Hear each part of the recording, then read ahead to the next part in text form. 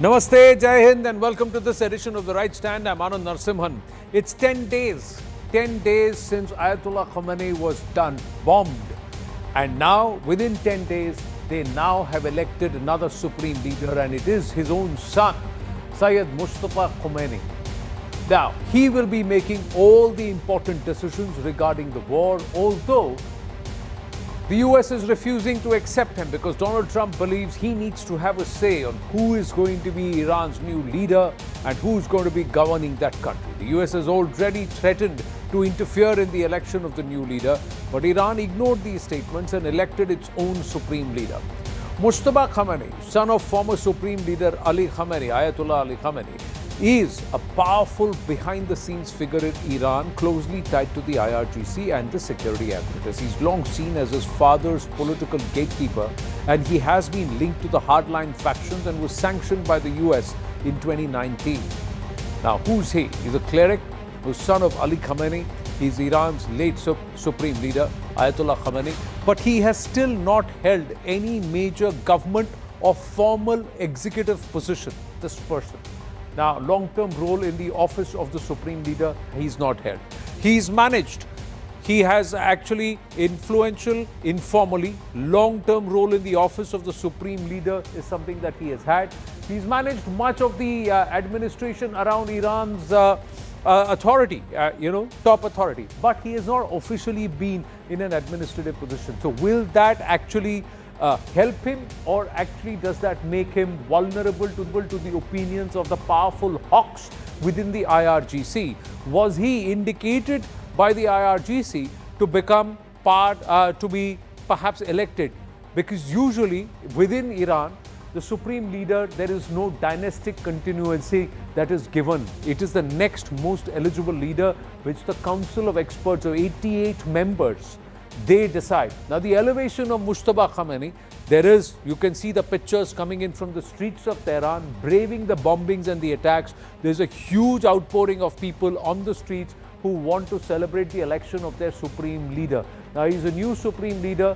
He may not resolve the deep power struggle within the IRGC, but in the current scenario against an outside invader, there seems to be a coming together within the Islamic Republic of Iran, where those who are opposed to the regime also today are uniting under the flag for the sake of the country against an external invader. Tom Cooper with me in the studio. Just a quick word with you, Tom, before we wrap to our other guests.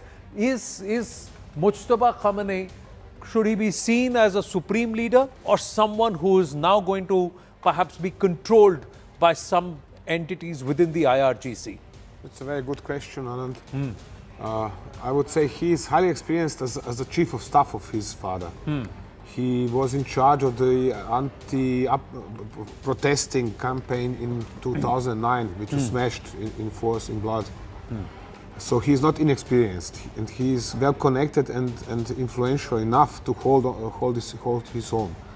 I would expect him to manage to impose himself upon the IRGC. Right. But contrary to his father, he's not going to keep the IRGC under specific control, but exploit it fully, all of its capability. That means, and he's ultra conservative as well. That means we have to expect him to become even more violent, far more violent than his father ever was. Far more aggressive, and he's lost his father, he's lost his wife, he's lost other members of his family to this bombing, so he's going to be far more angrier in terms of the resolve to avenge it all. Meanwhile, at the center of this entire internal conflict within Iran is Ali Larijani. Now, this is someone who Tom Cooper also was telling me earlier in the day that we must watch out for. He's a long-time regime insider whose political network and clerical standing continue to give him significant influence across Iran's executive and security establishment. And before the anticipated announcement of Mojtaba's elevation, tensions reportedly intensified between Larijani and Iran's parliament speaker Mohammad Bagher Ghalibaf, who is widely viewed as a supporter of Mojtaba. And according to sources, the media reports, the rivalry between the two camps, both with deep ties to Iran's political and security institutions, has been a major factor in actually complicating this entire leadership transition. So all is not well within the IRGC and even in the clerical assembly of experts, that is the 88 members. And according to sources, some senior figures fear that elevating the son of Supreme Leader Ali Khamenei would appear as a dynastic transfer of power, a move that could undermine the Islamic Republic's long-standing claim of clerical legitimacy and revolutionary governance. And despite facing serious corruption allegations in recent years that nearly pushed him out of the leadership race, Larijani is now seen as attempting to reassert his family's influence within the system. So what's the power of the supreme leader and the command? So he commands the Islamic Revolutionary Guard Corps, regular armed forces appointments, clerics to the Guardian Council, Expediency Council, economic entities overseas. His president informally actually approves everything, and also the cabinet judiciary, Friday Prayer Network, head of the Arab state media. All of these powers rests with Mojtaba Khamenei. Now, is he a greenhorn relatively in terms of managing all of this? And has his appointment perhaps driven the wedge that the West was looking for? Tom Cooper, quickly on Ali Larijani and his influence. Could he be the breakaway faction in the days to come? I don't think so. I mean, both of them are excellent political chess players, so they are going to maneuver for and vie for power. But I don't think they're going to break away in terms of one faction now weakening the IRGC fundamentally. Right. They might have the disagreements about who is responsible for what. Correct. But it's going to be stopped at that, because they know the more they fight between each other, the more they are weakening the system.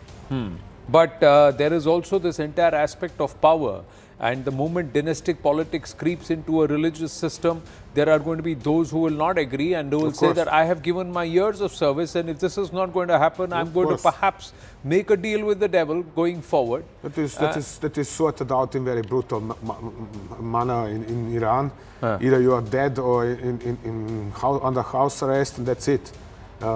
Depending on who, and when somebody complains Larijani is corrupt, I don't know anybody who is not corrupt in Iranian politics. So in Iranian politics. In that sense, there is not much difference. There's not much difference, but in a situation like this, let's go across to our other guests. Ambassador Rajiv Dogra is with us, Staff Cohen is back with us, and we also have, of course, Tom Cooper with us in the studio, but Lieutenant General T.P. Pandey, and we also have Yasemin Mada joining us this evening. Thank you to everybody. My namaste and greetings to all. Ambassador Rajiv Dogra, is this going to perhaps drive a wedge in the IRGC leadership?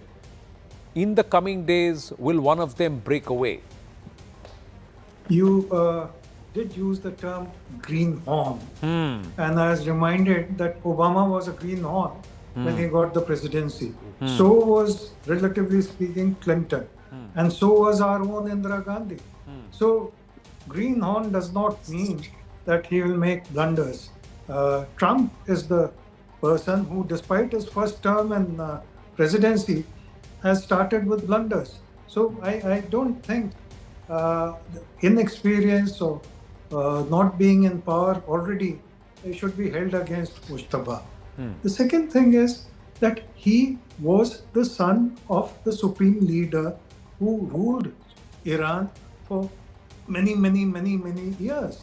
And obviously he would have kept his ears and eyes open.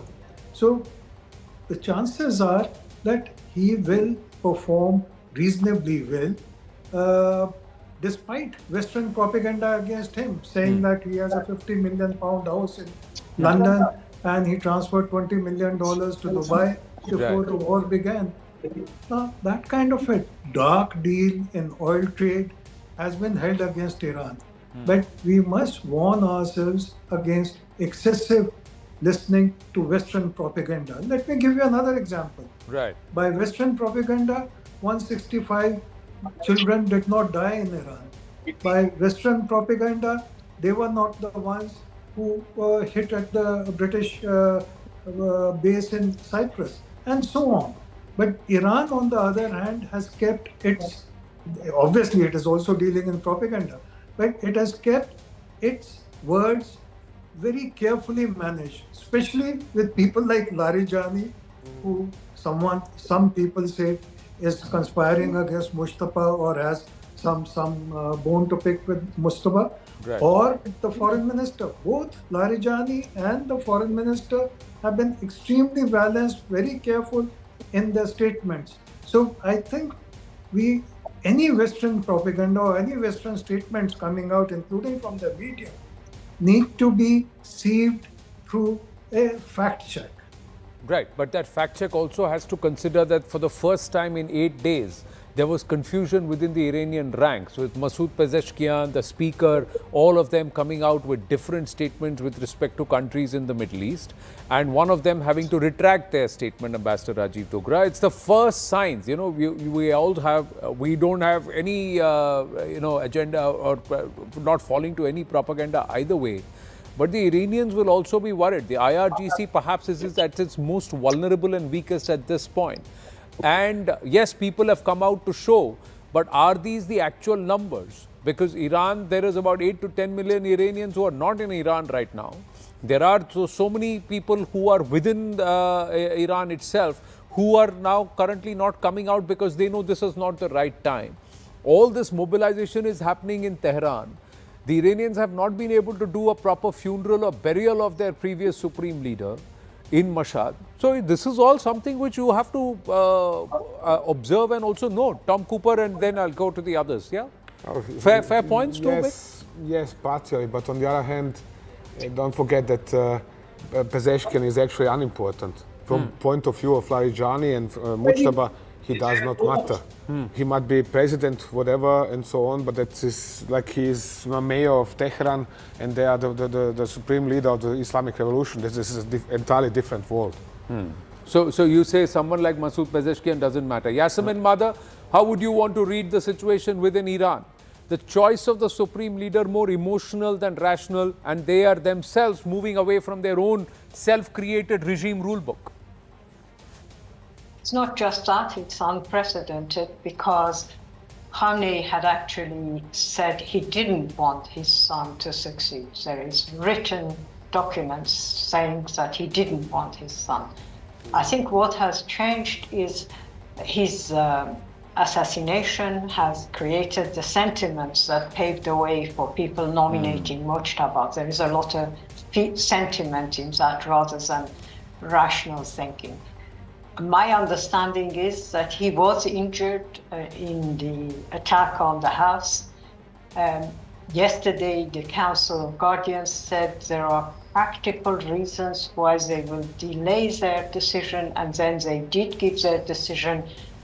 Some people in Iran have interpreted this to mean that he is actually in a coma still from the injuries, or that his injuries are serious enough for the Council of Guardians to suggest that there will be a delay. However, my own guess is that he's injured. I doubt they would name someone who was in a coma. The fact that he's injured is no doubt. In fact, the Israelis at one stage had said he was killed in the house because he was in his father's house when the assassination took place. I think the IRGC will consolidate around him. My guess is that there will be those who will have different views, but not at the time of war. I think what will happen is that because of the war, there will be more consolidation between all factions of the regime. And I can see this as every day the war goes on, you lose the number of people who are calling for regime change from inside Iran. It's inevitable. Their homes are being burnt, their oil depots are being set on fire, and so on. So every day you see fewer people opposing or wanting to create more divisions. Right. The role of the supreme leader is very specific. He doesn't nominate everybody. He doesn't rule as a single dictator. His role is to be the negotiator between the factions, right? Now, if Mojtaba fails to become the kind of negotiator his dad was, right, he will not last long, because at the end of the day, one or the other, even during a war, one or the other of these factions will try and remove him. But if he does like his father did, which was basically where everybody took their complaints, everybody took their factional interest, and he found a compromise between these factions. And there are many factions. In the army, there are, in capital, there are, Right. in every aspect. That's how he would work it. Right. But if there are factions, then there can be fissures. And that's where there will be entities who will move in to try and break this entire grouping that is trying to offer resistance to the attack itself. General Pandey, will there be those who will be looking at this and say, all right, chain is only as strong as the weakest link? Who is the disgruntled one? Who is the one who has a certain amount of power, control, and who can break the regime down right through the middle? Yeah, so firstly, please understand that Islamic Republic is as corrupt as any political entities all over the world are, right? So that is one part, and they are as power hungry as anywhere people are. The second is matter of opportunity. So Larijani, about 4 or 5 months back, was touted to be where the power was going to be handed over because he was very, very close to Khamenei. And Khamenei had already said, as already repeated by, said before me by Tom, was that he was unwilling to hand over to his dynasty because he wanted to get away from the dynasty point. But you see, the next one is much, much more radical than Khamenei. The choice was to, for the time being, transfer power to somebody who may be in the hospital, inefficient, ineffective, and allow Larijani to continue to function and control the levers of power. Right. But what you're saying, and I don't agree with my previous speaker, I beg to differ, that as the pounding goes and as the war continues, there'll be a larger number of people who will be gravitating towards actually carrying the Iranian flag very, very high. There will be a time of discontent because eventually today the emotional content to rally behind the flag is important. To Right. rally behind the religion is very important. But there are fissures which are already existing, and those fissures will start looking at an option out. Because eventually, when the narrative war is going to start coming out, Right. that Iran is getting isolated because of its radical nature, because of unnecessary desire to become a nuclear weapon state, Right. and looking at a ballistic missile component, and where the rest of the Muslim nation, the Islamic nation, the region, are aligned towards the other side, I think that is the time the fissure will start coming up. Because eventually everybody has to, I agree, religion is very, very important, and in times of criticality and wars, you come together, but factly, the Bazaris, when it's going to hurt them, and they know it's going to hurt them in the long run, they will break away. And when an old gentleman who was actually respected amongst the Shia community was in power, things were different. Now you have two people who are nearly similar age bracket, about 5 or 6 years apart, and they'll be vying for power. And once power comes in hand of a person, Mojtaba gets power, Larijani is not going to get power, and he'll get sidelined very quickly, because in such regimes, you put your people who are like to be future competitors, either hang them or put them behind bars.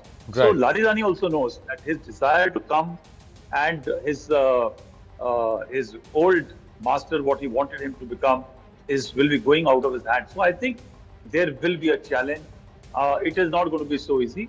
How smartly, and it is not going to be about Israel and America, what they're going to do. I think the rallying points and parrying points are not going to come from Trump and Netanyahu, because anybody who talks to them will be always a pariah in the Islamic world. It is going to come from the Islamic world. It is going to come from the GCC. It may come from the Saudis. It may come from Bahrain. It may come from UAE. But it will come from the people who are from the same religion, same environment. Shah Reza Pahlavi has just made an announcement on X. He's saying that Prince Reza Pahlavi's office has been informed that 5 players from the Iranian women's national football team, and they put their name, saying that they have left the team's training camp and successfully sought refuge in Australia. Now, 5 courageous athletes are currently in a safe location, have announced that they've joined Iran's National Lion and Sun Revolution. And sometime back, he had also said that the current regime's despicable use of Iranians as human shields is a crime against humanity, and to Iran's own military, lay down your arms and join the people. Now, there is a solid amount of support for someone like Reza Pahlavi, even though the Americans, the West, don't think of him as a very credible option or somebody who's got any purchase at all. But what he also represents is a huge number of people who don't want the regime around. Now, how do you weigh the sentiment between someone who's trying to guard their country against an outsider and the other saying, if this is an opportunity for change from within, let's bring that about? The other thing, Staff Cohen, is that the Israelis will soon be blamed for this entire energy crisis, saying you are the ones who pushed this war and we are all having to pay for growing energy and oil prices. How do you want to respond to that? Good to see young kids playing behind you on that window, because earlier in the day, there were sirens that had gone off and everybody was running into the bunkers. Yes, Staff Cohen. Yes, sir. Thank you for having me once again. It is my honor and privilege. And yeah, just a couple of hours ago, we had to seek shelter. And those kids who are playing in the background had to beg for their lives. Basically, pray to God that the missile attack of Iran won't hit them, as they hit last week in Bet Shemesh outside of Jerusalem, killed nearly 10 people, because those ballistic missiles can go through anything, even a shelter, underground shelter. I think you made a very valid point, sir. I would agree with the general that Khamenei's son is way more radical than him. And this is exactly why Khamenei was supposed, let's say he was very old, right? So his son would have been the successor either way. Iran, in 1 year from now, if we wouldn't strike them, could have attacked with nearly 10, they already have enough enriched uranium for 10 nuclear weapons, right? 10 nuclear bombs. So they would already attack either Israel or US facilities around military bases around the Middle East, or even Europe. I think that what the West is horribly missing, sir, is that the concept of the terror regime of Iran is a khilafah. I apologize for repeating that word, but your viewers have to know that word in Arabic, a khilafah, one global Islamic state. It's according to the Sharia law. It's not about if you're Hindu, American. My focus is not with Tehran, with the next regime, sir, from within. My focus goes to Sydney, München, Rome, Paris, waiting for the Western leaders to wake up and realize that they have to support the good people of Iran that needs to. Yes, sir, please. Sorry to interrupt you. Yeah, my whole concern is that I brook this one for the regime and for the atrocities that they have committed. It's been a regime of force.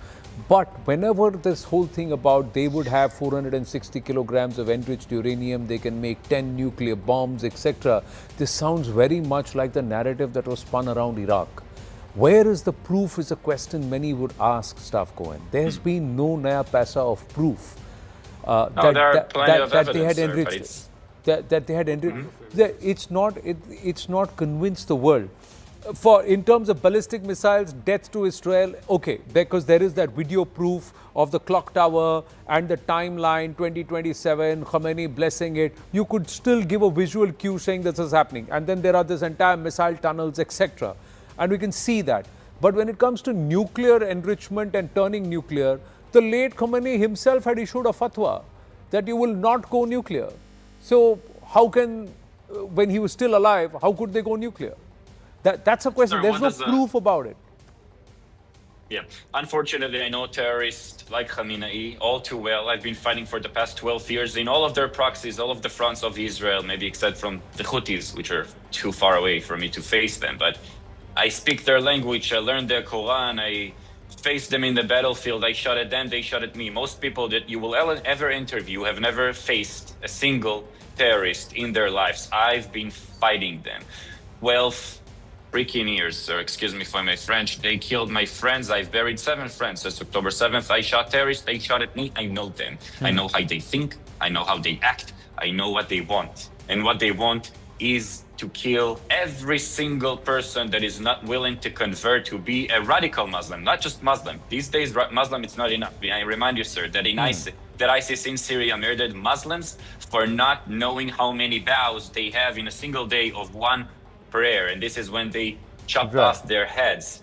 What I would say to any person that is saying that Israel is dragging the entire war or the US to this war is, first of all, you're welcome.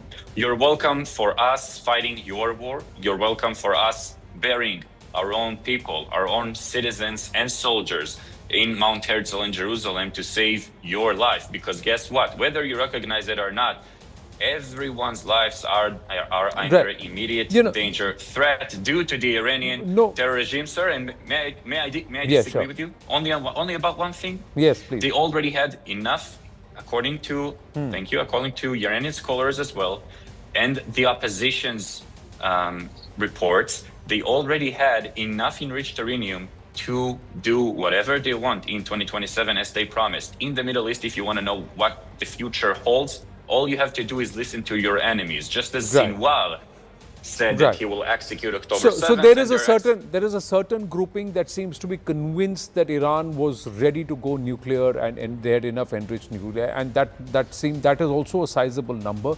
But what it's now currently done is created a situation that we had anticipated, that if it lasts for more than 10-15 days, we're going to stare at an energy crisis. I just want to shift the focus there, but General Pandey, you put your hands up. Ambassador Dogra, quick comments, and then we'll get into the Strait of Hormuz and this entire energy crisis, because it's going to fall upon the US and some of the other Western nations who are backing this war and bankrolling it, perhaps along with Israel, to sort this out for the rest of Asia.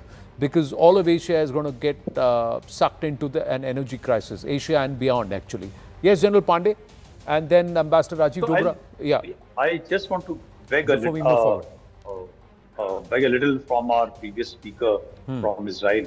The fact is that it is not only the Western countries which have to be worried about. I think it is more about the Gulf countries which have been worried about the Islamic so-called nuclear bomb. Right? While Pakistan has the nuclear asset which is totally under control of the Americans, and also it has got a different intention. But the Iranian bomb, right? And by the way, 8 months back, when all the facilities were bombed out, and everybody claimed that they have been able to destroy it, but you remember we spoke. Yes. That is just a matter of about 8 or 9 months that they'll be back at it again and they'll be getting it on. This thing they're not able to destroy enough. The fact is, the Saudis, the other Gulf countries should have been worried about the nuclear assets, and they have got, which has been claimed by the Iranians. Right. Themselves. The second is not only about the nuclear weapons, they should have been worried about the ballistic missile systems. And it is not only Israel which is the target. The target were Saudis and other places. And if you listen to the interviews of the Saudi Crown Prince, he is very clear that the Iranians have the intention of taking over in the long term. So I believe that their strategic orientation was destruction and death of Israel and US. That possibly they could have changed the narrative in last 5, 6, 10 years, 2 years, or at least 1 year. There was just no change in that narrative, because the moment they changed this narrative, the regime would have fallen down. Right. So I guess when he mentions only about Europeans, I think the regional players had to be more concerned about Iranians' behavior and what they're doing. Right. Sir, may I add only one sentence? Yes, please. May I just say that when Iran is on its knees, the terror regime of Iran, and they're with their back against the wall and their knife holding against their neck, even now they're attacking 12 countries, besides Iran, 12 of their own fellow friends countries. Just imagine, sir, what they would do if they would have the capability. Country that has killed 200,000 Palestinians. This is really rich, coming from an idea that is responsible for genocide in Palestine. Your Prime Minister is responsible for genocide in Palestine. Who's responsible for genocide? Your Prime Minister. It's like, there are two sides. That a genocide took place. I'm opposed to Iran. Can I listen to that, sir? Can you please repeat yourself? What genocide is that, man? You're embarrassing yourself. You're supposed to be a politician, and you are spreading. You're supposed to be a propaganda. military expert, and you ignore genocide. I am a military expert. Yeah. Tom, have you ever been into Okay, that? one second. just a second. Jewish Wha- wha- origin. Yasmin, one second, please. Let's call it by what it is. It is a genocide. It is a genocide. It is a genocide according to what? Yeah, To the according to United what? Nations, according to the National Criminal Court. What and so about on the and so lowest on. ratio on Earth? Casualties of 1 to 1.5 till 1 to 1 to 2. Come 1 to on. 2. Come on, Comparing please, to 1 don't to 8, 1 to 9, go which is into the such things. This is the This is really average shameful ratio now. on Okay, modern there are- warfare. there This are- is now really shameful. Mr. Okay, now- Cooper, okay. Mr. Cooper, Stop, you're stop. dishonoring yourself. No, no, I'm- okay. The average ratio of casualties is 1 to 9 in modern warfare. Everyone can Google Yeah, it right yeah, now. yeah, In yeah, Israel, yeah, in yeah. Gaza. Oh, Even okay. according to You Hamas have numbers, massacred is 75,000 civilians Even in cold blood. 75,000 According to your comparing own to 25,000 Minister of militants Defense, you equal were after 1 to 2. after Lowest destruction, not ratio after on precision. Earth. Yeah, see, This I'll is tell you what what. it is. Fighting in the No, most crowded place, okay, stop, which my stop, enemies stop, are please, dressed Heed. up as Stop, civilians please, Heed. shooting from Stop, schools please, and Heed. hospitals. Sir, they're Stop, go disgracing and please themselves, Heed. and they This is one second. I'll tell you what. There are two different perspectives, and there is also the dispassionate perspective that looks at there is both false sides. and truth, sir. No, There you go. yeah, one minute. You don't need to convince me. You're convinced yourself. Yasmin is convinced about her point of view. I don't mean disrespect to either points of view. The idea is to accept both sides. Each side believes their version is the truth. But there is also a Sir, third is she accusing me of genocide? And you yeah, expect so me to just be like, quiet just about say, it? I'll tell you, After one burying minute, my friends one in minute, the one minute, one seeing minute, the Gazans as one well. minute. She has the right to, she has the right to accuse you as much as the right, you have the right to dig their own grave to while she's disagree. supporting No, terror. disagree. 1 minute, stuff. Let's not derail the Yes, sir. conversation. So can you please hold on? What I'm trying to say is, if you believe that the Iranian regime is a terrorist regime, then there are those who believe that you are a Zionist occupier. Now, you may disagree with it. Just like those who believe that the Iranian regime is a terror regime may disagree with you. But the idea is, at this point, we are at a point of conflict where either side wants to wipe the other out. The moment you have that, you will forever have insecurity. You will forever have one looking at the other and ready to train their gun because you believe the other is ready to take them out. So there are statements. Now you would come out and say Israel has never made a statement that we want to wipe out Iran, but Iran has made a statement we want to wipe out Jews in Israel. Why? Because there is a historical narrative that is just about 1 century old, which says that Israel was forcibly occupying territories that did not belong to them. But if I go back to 5-6 centuries ago, then this land was Israel, and these were the Jews and the Judas who were actually forced to evacuate and move out of this when the Arabs conquered this place. So there is history, and you can keep going back, and then we keep going back. There were no Jews at all. Where did the Jews come from? Because the Jews were never there. It was somebody else before the Abrahamic religions came. So I'm just saying we can keep going back, and we can keep going back and forth. But let's just move on. Let's move forward. I just want to. Here is the current situation. At all points in time, it's economics, and those who are not fighting this war saying, why are we being had to pay the being penalized for it?